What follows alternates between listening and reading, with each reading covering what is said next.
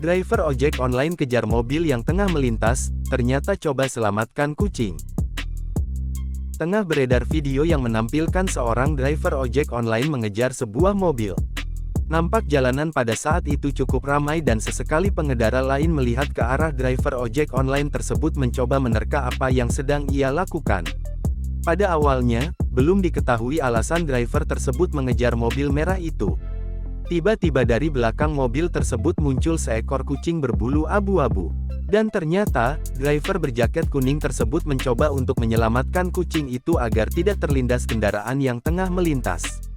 Namun, saat hendak diambil, kucing tersebut berlari mengajar mobil merah itu. Hal tersebut tampak terjadi beberapa kali.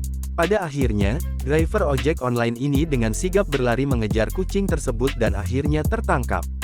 Ia pun menggendong kucing tersebut dengan erat agar kucing itu tidak kabur lagi. Lalu ia bawa kucing tersebut ke tempat yang aman.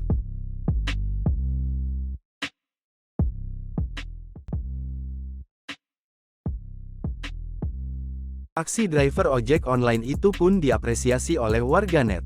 Video ini diduga direkam di kota Bandar Lampung dan hingga saat ini telah ditonton oleh ribuan pengguna Instagram.